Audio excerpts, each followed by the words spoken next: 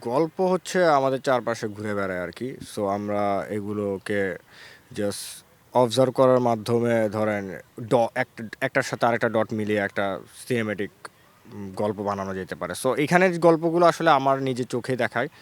আমি আমার ইউনিভার্সিটি যখন ভর্তি হই তখন ফার্স্ট ইয়ার থেকেই যে সমস্ত ঘটনাগুলো দেখছি এগুলোকে জাস্ট আমি গুছিয়ে একটা জাস্ট টাইমলাইনের মধ্যে আনার চেষ্টা করছি আর কি। এই গল্পটার যে মূল অংশ, ওই অংশটার ইন্সপিরেশন আমি পাইছি একটা ছোট গল্প থেকে। ওইটা হচ্ছে ঝরাপাতা দুঃখবিলাস নামে একটা ছোট গল্পের বইয়ের একটা নাম গল্প। গল্পের নামও ঝরাপাতা দুঃখবিলাস এবং এটা রাইটার হচ্ছে রন আনোয়ার।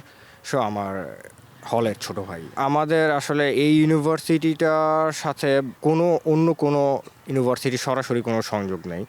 সো আমাদের একটা নতুন নাম দরকার ছিল। সো যেহেতু চাংখাপোল জায়গাটা খুব পরিচিত এবং এটার সাথে মূলত আমাদের যে টার্গেটেড অডিয়েন্স স্টুডেন্ট তাদের একটা খুব ভালো পরিচয় আছে, তাই আমরা এই নামটাকে জাস্ট চুজ করে নিচ্ছি। মিক্স ব্লেন্ড জনরা বলা যেতে পারে। এটা হচ্ছে political satire A blended with dark humour, কিছুটা ফ্যান্টাসির সাথে রিয়েলিজমের কিছুটা জাস্ট মিক্স। মোটামুটি একটা এক্সপেরিমেন্টাল জনরা, অ্যাবসার্ড ড্রামা বলা যেতে পারে। সিনেমা বানানোর জন্য অনেক রিসোর্স এবং অনেক মানুষের ইনভলভমেন্ট দরকার।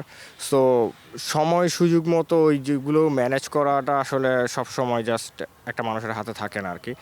সো আমি অনেক দিন ধরে অপেক্ষা করতেছিলাম। সো আমার কাছে মনে হয়েছে just this is the perfect time. So আমি এক্সিকিউশনে নেমে গেছিলাম। সো এমন হইতে পারতো এটা আসলে শেষ নাও হইতে পারতো। মানে ব্যাপারটা এমন না যে যা শুরু করলেই সিনেমাটা হয়ে যায়, মানে এটা জার্নিটা মাঝখানে আরও বেশি জটিল। সো এখন যেহেতু এটা শেষ হয়েছে আই এম জাস্ট লাকি আর কি। আর ভয় আর দ্বিধার ব্যাপারটা আসলে বলতে গেলে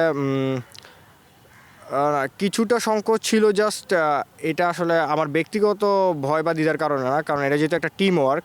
সো এখানে আরও অনেক মানুষ অনেক কোনো ধরনের রিসোর্সের একটা ইনভলভমেন্ট থাকে। সো ওগুলো ম্যানেজ করা যাবে কি না সময় মতো, ওই ব্যাপারটা নিয়ে একটু সংকোচ ছিল আর কি। এটা একটি স্বল্প বাজেটের সিনেমা। এটা ডিজাইনটাই করা হয়েছে যাতে এটাতে খুব বেশি খরচ করতে না হয়। আর দ্বিতীয়ত তারপরও সিনেমা মানে যত স্বল্প বাজেট হোক এটা মোটামুটি একটা এক্সপেন্সিভ জার্নি। সো এই এটা আমরা আমাদের নিজস্ব বন্ধুবান্ধব এবং যারা এখানে আছে তারা মানে টিমের মেম্বার সবাই নিজেরাই ম্যানেজ করেছিলাম আর কি। আসলে শুটিং পুরোটাই আসলে একটা চ্যালেঞ্জিং ছিল, কিন্তু এটা আমরা প্রথম থেকে জানতাম এটা আসলে এরকম হবে এবং এই চ্যালেঞ্জটা আমরা নিতেও চাইছিলাম আসলে। মূলত আমরা শুটিংটা করছি একটা রান অ্যান্ড গান স্টাইলে। এটাকে টেক্সট বুক ভাষা অথবা ডকুমেন্টারি স্টাইল বলা যেতে পারে। সো অ্যাজ ইট ইজ আমরা শুধু আমাদের ক্যারেক্টার এবং আমাদের গল্পটাকে লোকেশনের মধ্যে ইনপুট করার চেষ্টা করছি। আমরা যতটা চেষ্টা করছি লোকেশনটাকে যতটা রিয়েল এবং আনটাচড রাখা যায়। সো এখানে আমাদের এবং আশেপাশে যে মানুষ চলাফেরা করতেছে বা যে মানে ব্যাকগ্রাউন্ডে যে ইমেজগুলো দেখা যাচ্ছে বেশিরভাগই আসলে রিয়েল। সো ওগুলোতে আমাদের কোনো কন্ট্রোল নাই। সো এই কারণে আমাদের হয়তো বা মাঝে মাঝে একটা 30 সেকেন্ডের শট নেওয়ার জন্য 1-1.5 ঘন্টা অপেক্ষা করতে হয়েছে। যদি আমরা এই অংশটা খালি চাই তাহলে কখন খালি হবে। দ্বিতীয়ত আমরা আমাদের এই যে শুটিংয়ের স্টাইলের কারণেই খুবই মিনিমালিস্টিক একটা সেট আপ ইউজ করতে হয়েছে। সো আমাদের কাছে ছিল একটা ক্যামেরা এবং একটা লেন্স আর একটা ব্যাটারি, এবং আমরা চেষ্টা করছি এমনভাবে শুটিং করতে আশেপাশের মানুষ যাতে বুঝতে না পারে যে এখানে কোনো শুটিং হচ্ছে, যাতে আমাদের শুটিং স্টাইল বা সেটটা ম্যানিপুলেটেড না হয় আর কি সারাউন্ডিংস দ্বারা। সো পুরো ব্যাপারটাই আসলে আনসার্টেন এবং চ্যালেঞ্জিং। মানে এটা ট্রায়াল অ্যান্ড এররের মধ্যে দিয়ে যাইতে যেতে হয়েছে অনেকবার। আর সবচেয়ে বেশি চ্যালেঞ্জিং যেটা মনে হয়েছে ওটা হচ্ছে আমরা কোনো এক্সটার্নাল মনিটর ইউজ করতে পারিনি। আমার কাছে মনে হয়েছে জাস্ট এটা হচ্ছে সবচেয়ে বড় কারণ ছোট স্ক্রিনে আসলে অনেক কিছু দেখা যাচ্ছিল না, যেটা আমরা পোস্ট প্রোডাকশনের সময় আমরা বড় স্ক্রিনে দেখতে পেলাম অনেকগুলো এলিমেন্টস যেগুলো আসলে আমরা আমাদের সিনেমায় চাই না, বা যেগুলো কোনো কারো প্রাইভেসি অথবা আইডেন্টিটি রিভিল করে। সো ওগুলোকে আমাদের আবার সিজির মাধ্যমে অনেক সময় নিয়ে এগুলোকে রিমুভ করতে হয়েছে। So that was actually very struggling and challenging issue আর কি অ্যাবাউট আওয়ার ফিল্ম।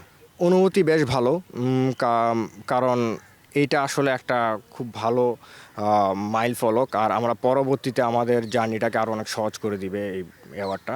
কিন্তু সত্যি কথা বলতে we are not still satisfied about this award or any award, কারণ আমাদের মূল মনোযোগটা হচ্ছে আসলে একটা চেঞ্জ, যেটা আসলে অনেক মানুষের জন্য উপকার হবে। এই ব্যাপারটা মেবি আমাদের একটা ছোট টিম বা আমাদের সিনেমার যারা জার্নি করতেছে তাদের জন্য উপকার হয়েছে হবে, কিন্তু মূলত যারা সাফার করতেছে এই সিনেমার মাধ্যমে আমরা আসলে ইনডিরেক্টলি হইলেও একটা সাফারিংসের চিত্র দেখানোর চেষ্টা করছি। সো ওই সাফারিংসটা যদি ওই প্রবলেমটাকে যদি ইমপ্রুভ করা যায় কোনোভাবে, তাহলে আমাদের মনে হয় it would be a biggest award for us. আসলে বড় তারকা মানে হঠাৎ করে মানে হয়ে হয়ে ওঠে না। সো বড় তারকা তারাই হয় যারা ভালো অভিনয় করে। আসলে দর্শকদের সম্পর্কে একটা ভুল ধারণা আছে সবার, যে সবাই মনে করে দর্শকরা আসলে বড় তারকা দেখতে চায়। ব্যাপারটা সত্যি না। বড় তারকা ভালো অভিনয় করে বলে তাদেরকে দেখতে চায়। সো এই ভালো অভিনয়টা যদি অন্য কেউ করতে পারে, দর্শকরা অবশ্যই তাকে মানে সাদরে মানে গ্রহণ করে নেবে, এতে কোনো সন্দেহ নাই আর কি।